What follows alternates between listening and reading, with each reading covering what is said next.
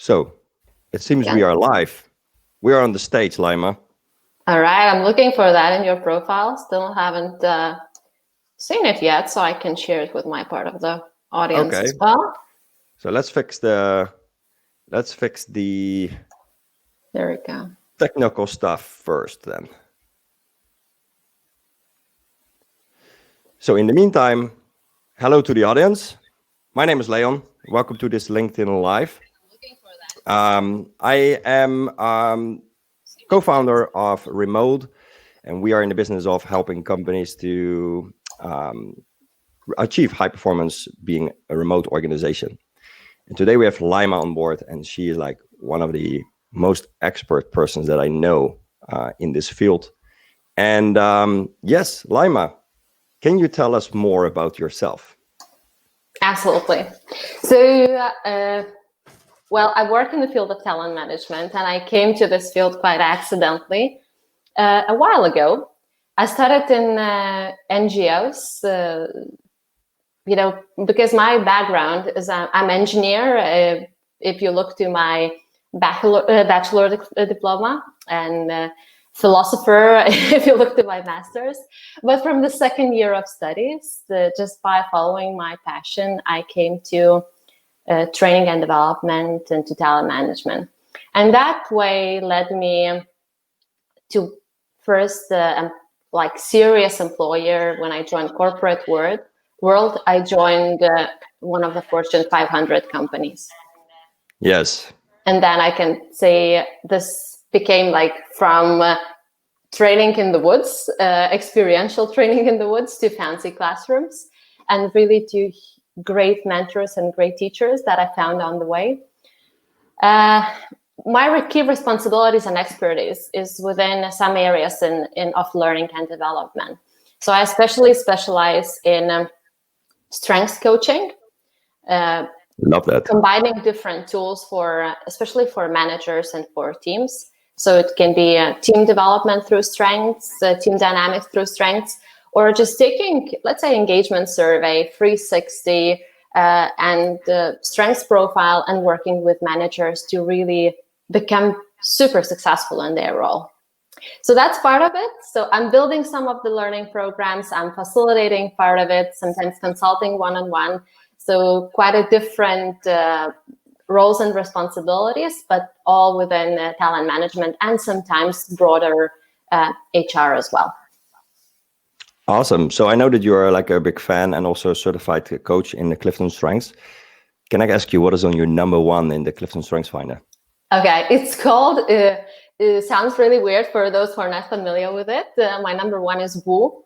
And Woo is about, it's about winning others over. So if you go on a trip somewhere traveling with me, and my friends know it quite well, I'm the one talking with random people.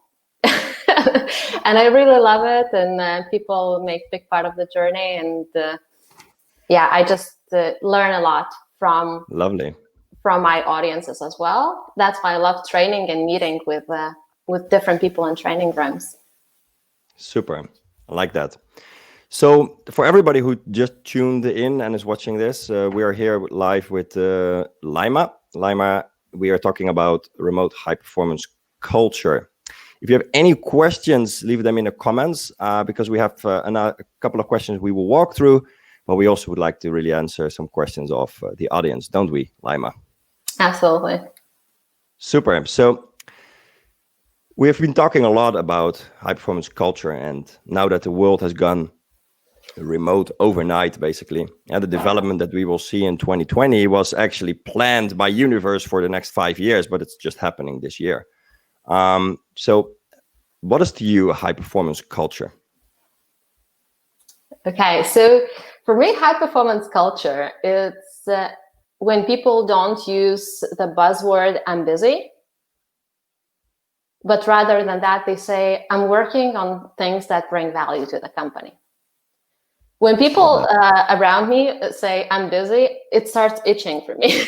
I have allergy from this word because I rather, hear words, I need help because I have too many things on my plate, or I need help prioritizing, Yeah, or this is starting the not clear for me. conversation. Yeah. Yeah, but not just stating, I'm very busy.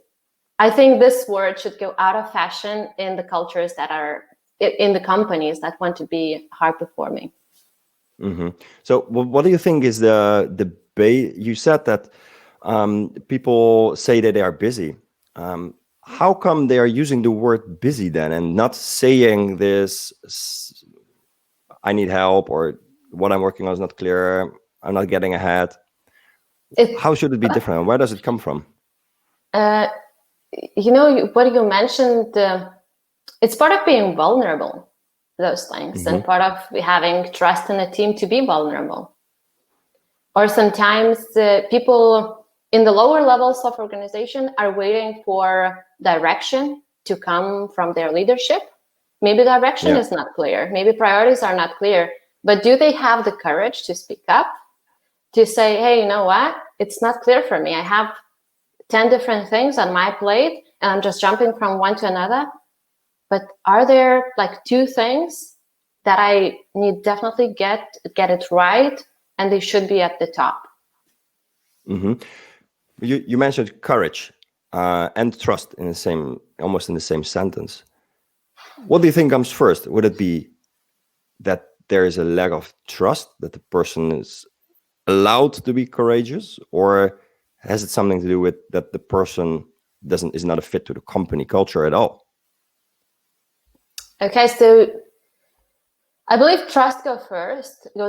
Then it's a top. Trust is a topic I love. We can speak now for all the rest of the time about it. I think we got to do that. So it's a great book, recommend for everyone, called Trusted Advisor.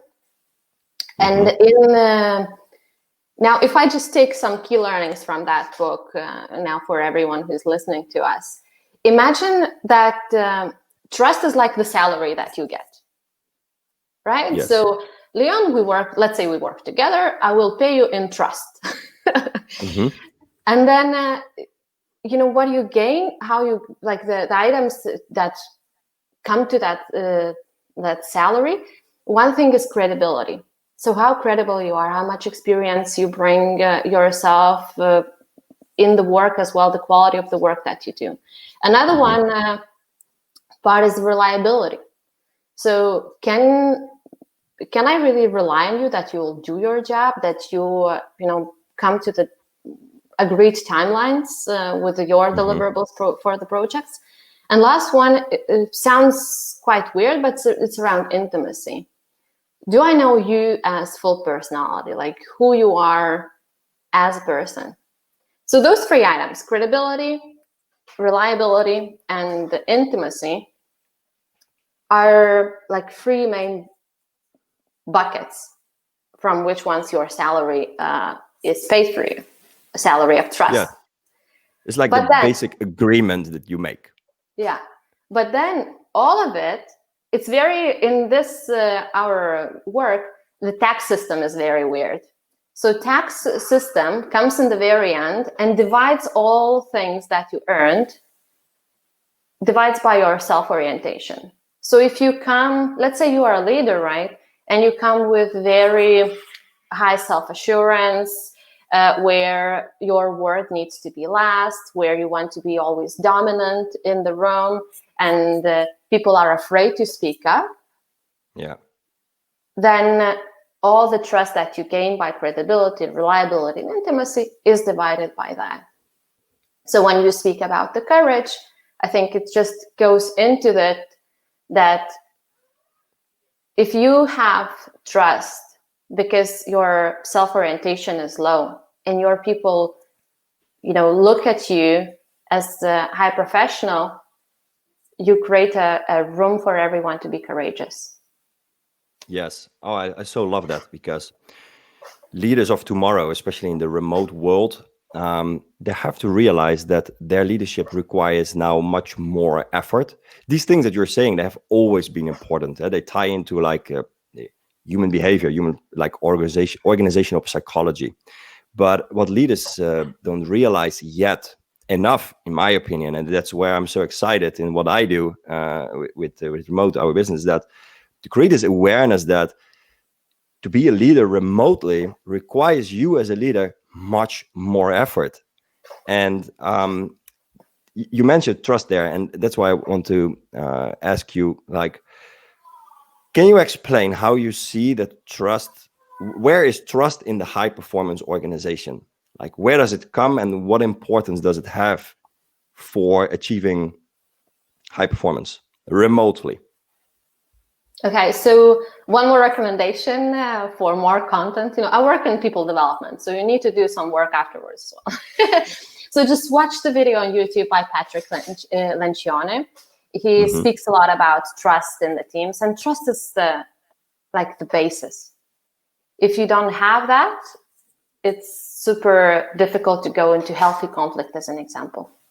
And conflict in a remote environment is one of the biggest challenges that we have.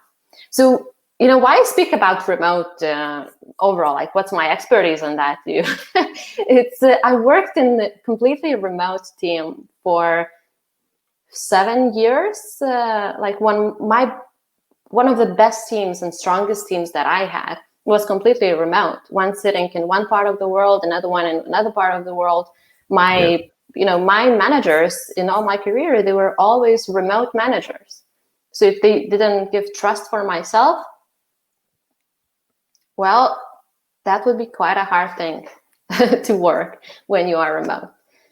So it's about, onboarding people well, giving them support, but really letting them sometimes fail, and learn from their mistakes as well. Yeah, absolutely.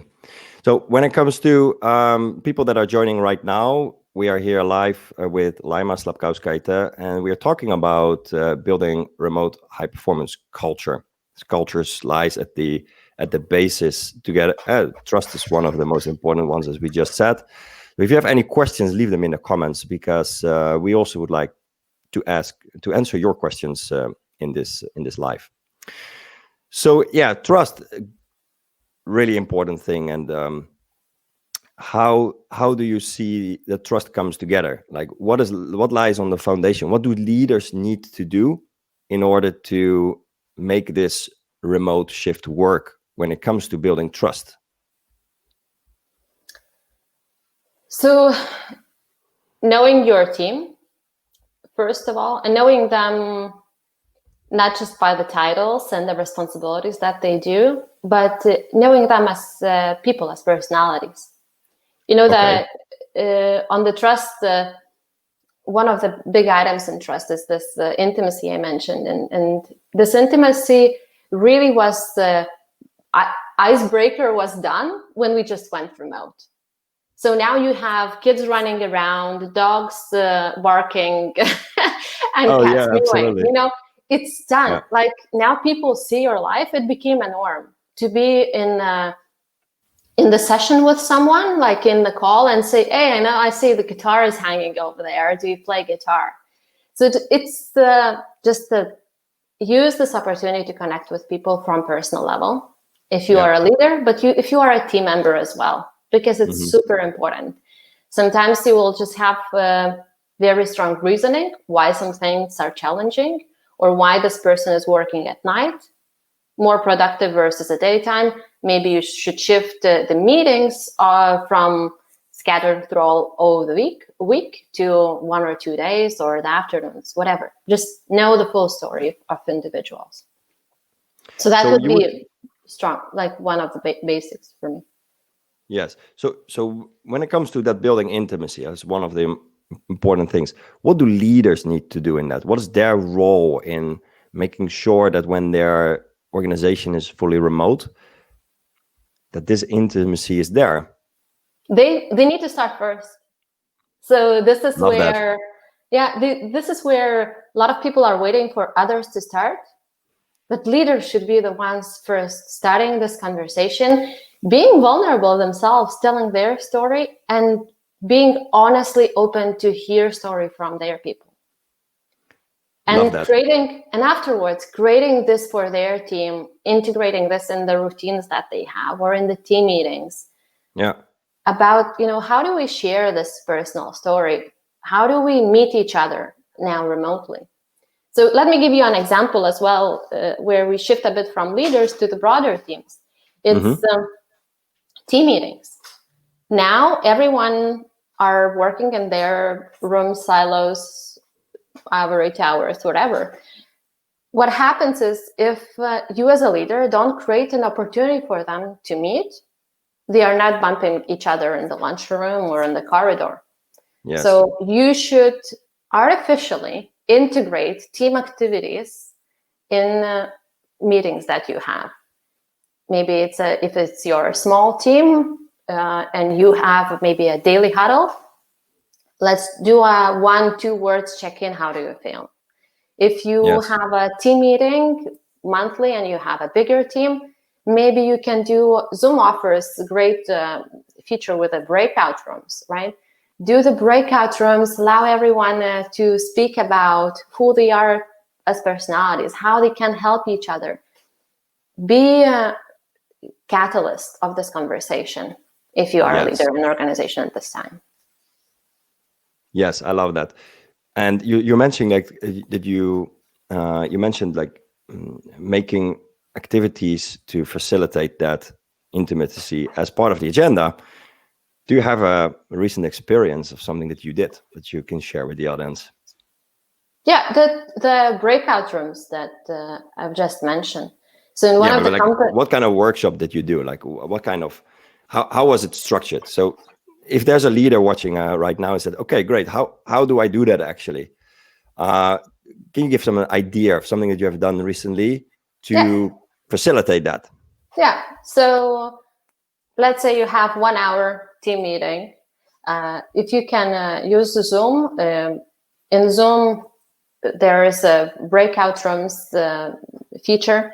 So just divide your team, and this can be a huge team that you lead, no matter of the size. Divide them into smaller teams of 3 individuals and just ask simple question for them. How would your perfect day would look like, right? You will have people speaking about that. And we've done this with one company recently. The feedback from the team meeting was mostly about the activity we've done in smaller teams, because people gain so much from connecting with other people. So you as a leader, build the network, build the community, build the community, because we are human beings. We are social animals. We need the community. Yes. So what you said here, and I was distracted by a question actually, and I will come to that in a minute. So we're going to move into questions from the audience because we have a couple of pending right now. You said that you did this workshop and asked what is your perfect day? So tell me, what is your perfect day? All right. In my perfect day, I would wake up in a tent. It's not raining, and I'm on the long distance hike somewhere. Probably either my kids are grown up by that time or they are independent and in a good mood that morning. Yes. So we start the hike and it goes with that really perfectly. So that's not a usual day for me, but that's what comes to my mind quickly when you mentioned the perfect day. Your perfect day. Yeah. Love it. I'm going to go camping with my son this weekend. And he said to me, Daddy, we really have to put the tent in such a way that when we open it in the morning, that we see the lake directly. He said, this is so great. I love it. So expectations are high. You have the goals. Yeah. Okay. So for anybody who just tuned in, we're here with Laima Slapkauskaite. We're talking about remote high performance culture, how to build that. And we have a couple of questions from the audience. Let's start with Casimiro. He asks, how do you know you are a good leader? Great question. I love it. Okay, so let's go official first. An official one is that you have a lot of measurements right now that are available for teams to see if you are a good leader. So one is that there are a lot of engagement surveys that are available. Some companies do it, some companies not. If your company is doing it, really benefit from it as a leader, seeing what are you a good leader? What kind of leadership skills you have that makes you a good leader? build more on that and just try to fix those that don't work. As well, employee and net promoter score, one of the measures that could be used, which is not hard to send in your company if you are not a big company and you work in a little one. So you can measure that one. And just the last one, which is not that official, but super, super powerful. It's talk with your people and ask for feedback. Oh, yes. But with all honesty, be open to listen for it. So not more of looking at the past, what have you done, but ask the question more forward looking. What can I do to be a better leader for you? And then you'll see people opening up, and this doesn't create tension because it's more forward looking. It's more like advice from them to you. Yes, so it ties into being vulnerable as a leader, which then facilitates intimacy again with the team. Yeah. Awesome. Okay, great. I love that feedback thing. This is what really also helped me a lot during my leadership journey, which started at age 17. I was struggling big time in the first 10 years, but once I get the concept of feedback, asking this consistently, this is such a helpful tool for leaders, really. Not just to know about what's going on, but excuse me, also to build these relationships. Great. So there's another question there. It's quite a long one, so I'm going to read it out loud. Question for each project, usually lasting, excuse me, 2 to 4 months. How to build a high-performance culture in such a short amount of time, especially when people are used to work in the old way. They just come, do the job, and that's it. Some even bringing destruction by this approach. Okay, so basically what he asks, and I don't catch his name, he's probably out of our network. But basically what he asks is, if you have just a short amount of time, how do you build high-performance culture in a short amount of time? That's the question. Okay. And we have this item of the remote as well over here, yes, right? So let's put that layer as well. So what I've had experience in doing in with few of the employers I worked before, it's the projects-based development program. So let's say I take the people from organization from very different parts of the company, put them to the team, and they are working on some business projects, and they need to deliver in what was just mentioned in the question after 3 or 4 months. So what needs to happen first week is super crucial, because this is where you're building trust. So this is where you allow them to, bring their credibility, agree on reliability, have the team agreements. What are our small teams do's and don'ts? What kind of behavior we accept, what we don't accept. Like all this could be facilitated within the team. Very clear goals and objectives, what needs to be achieved in that time, and allowing this personal time as well for them to know each other so they feel more accountable as personalities to each other. They can flex as well to personal needs. If you do the basis right, so we did 1 week training usually, or like 4 days training, and then off they go with some interactions in between. So if you are a leader, maybe you do, 3 days of virtual activities with a team. You don't have to torture them with 6 hours every day of virtual online sessions, but it's more allowing this like community work, connection, agreements, and etc. Do that throughout 1 week. And then do some interactions in between. So maybe allowing 2 weeks for work, then we come all together again, or in smaller groups where you as a leader help them and facilitate some of the, solving some of the challenges that they might have. And what was mentioned in the question was as well, people that are used to work the old way. So it's a mindset shift as well. And with mindset shift, either they give it a try and see that it could be working, or, sometimes you will have the people just in the end of the boat sitting like that and waiting while others are rowing forward. Yeah, yeah. But what you said in the beginning of your answer, that is so important. These team rules, like I find them even more important than having goals. Actually, I see companies who are in business already for a significant amount of time, and then okay, we come in and we ask what is going on. So who does what? Who's responsible for what? And what are the values you live by? And unfortunately, more often than not, and that's again why it's so excited to be there in this world of remote. More often than not, there's no agreed rules.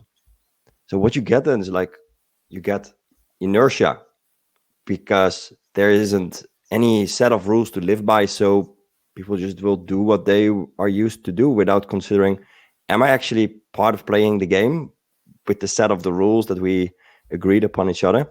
And then, of course, yes, it comes with goals. What are we going to achieve by playing this game? But, if you buy, and I really visualize this box, you buy this box from Hasbro or whatever, Ravensburger, these games. What is the absolute first thing that you do upon opening the box of a game? You take out the rules, right? Mm-hmm. You read the rules of the game. Yeah. Rules sounds really harsh, but it's agreements within the team. What guidelines to play with? Like, how are we going to play this game together? Yeah. Which so is now, so important. then for our generation, we used to play in the yard a lot with other kids, not computer games. And what was the key for it? You have agreed rules, you have the mission, right? And if we all agree that you cannot touch the ground, that's the rule. That's our team agreement. And the mission goes afterwards. And you really hate the people that touches the ground because they break the rule. Yes, absolutely. So now it's just more sophisticated when we are playing in this remote business environment. But if you try to think for yourself of the very simple, even childish examples, this is when it comes to just basic items that you need to be successful. Yes, I think so too. You give me lots of memories of my childhood about, also with hide and seek, peeking, it's like breaking the rules as well. Okay, so for anybody who just tuned in, we are live 27 minutes now. We're not going to stay very long. We may probably a couple of minutes. But let's see if we have another question that we can answer from the audience. Intimacy can... Okay, this is more a comment from Casimiro. Intimacy can only be achieved with authenticity. If you're not authentic, you will lose your trust completely. You cannot fake intimacy. Yeah, it's a good statement. What do you think, Laima? I agree with the statement. I have one tool that's very helpful. I work with Clifton Strengths, and that helps for people to be authentic at their very best. So if I know that these are my top strengths, and that they really have the assessment that nailed it. That's my strengths, and I will be very different from you, Leon. Is it good or bad? I think it's good, because then our differences can add to the company's success. But then I tolerate more of the strengths that you bring, the authenticity that you bring.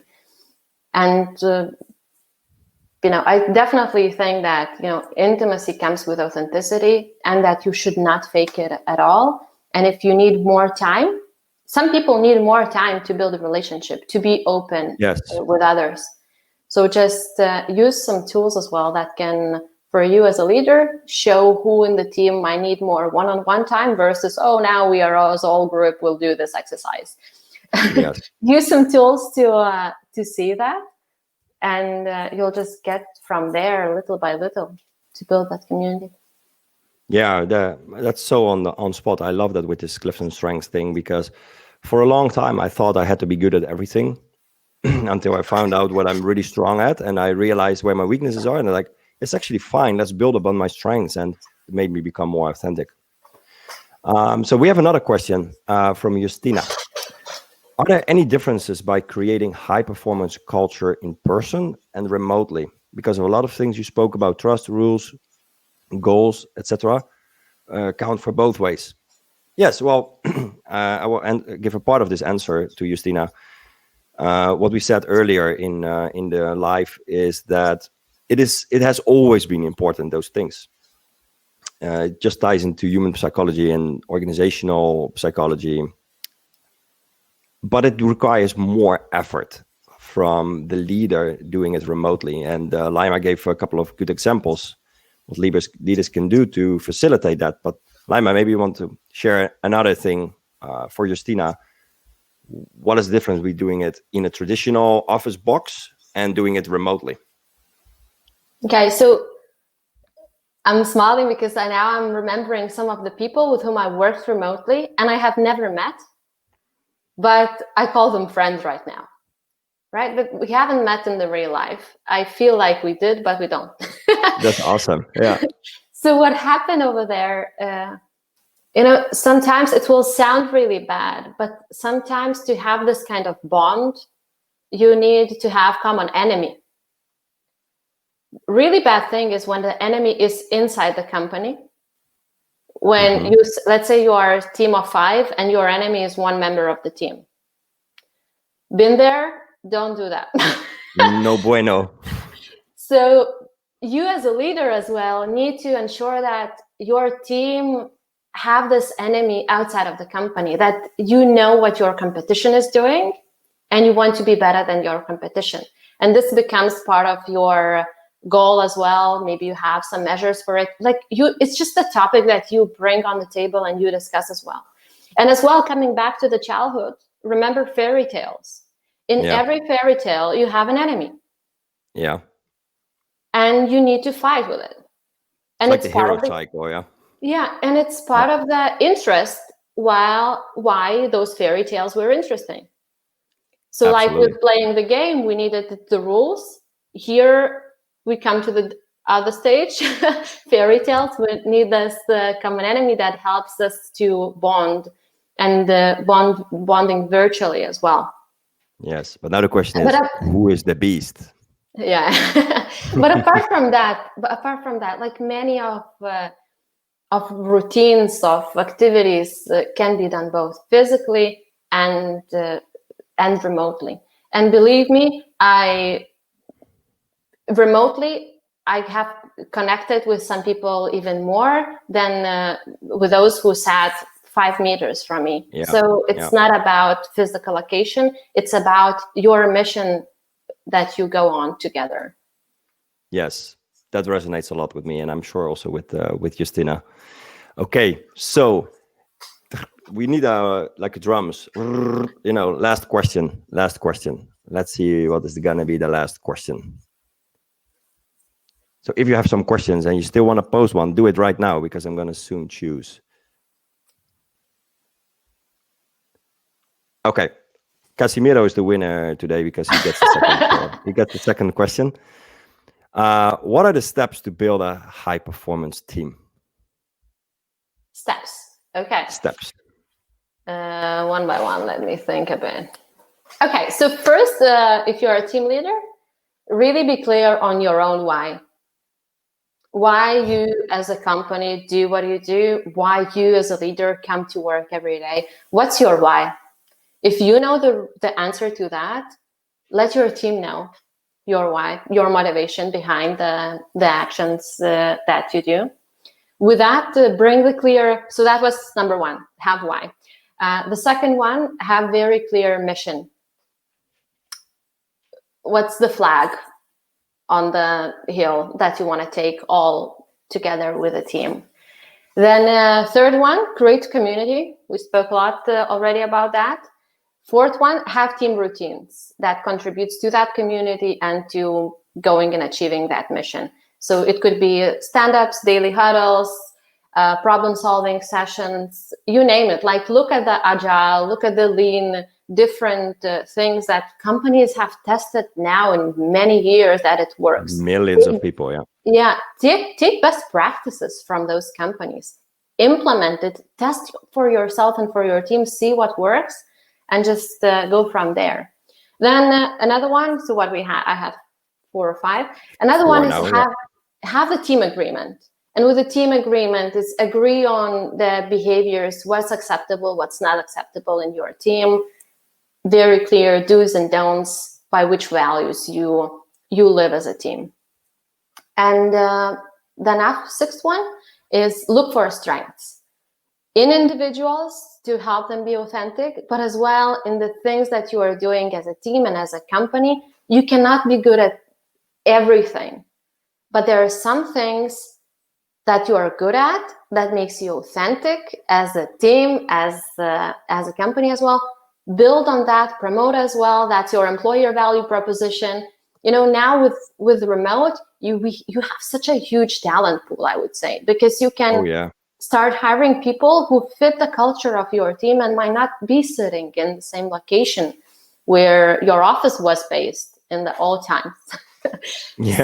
So now think broader, and what I love with the remote, that you can hire people who live their dream in the same time. I just had 2 of my ex-colleagues right now, I call them friends, who would travel 1 year around Europe in the camper van and work remotely all the time. Great. I would love to do that too. Yeah. So now, with these conditions, I think people have the possibility to live more life that is dear to their heart without sacrificing the work. Yes, I really resonate with that 6 steps that you just gave, and I'm sure Casimiro's question is answered. So people on LinkedIn, that has been 36 minutes of live. Laima, where can people you contact for? Where can people contact you and for what?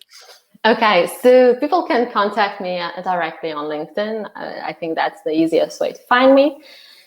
And for what? So the thing that I mentioned, it's first of all, it's the strengths and authenticity topics. I work with Clifton strengths, but we can look at the different things for the team.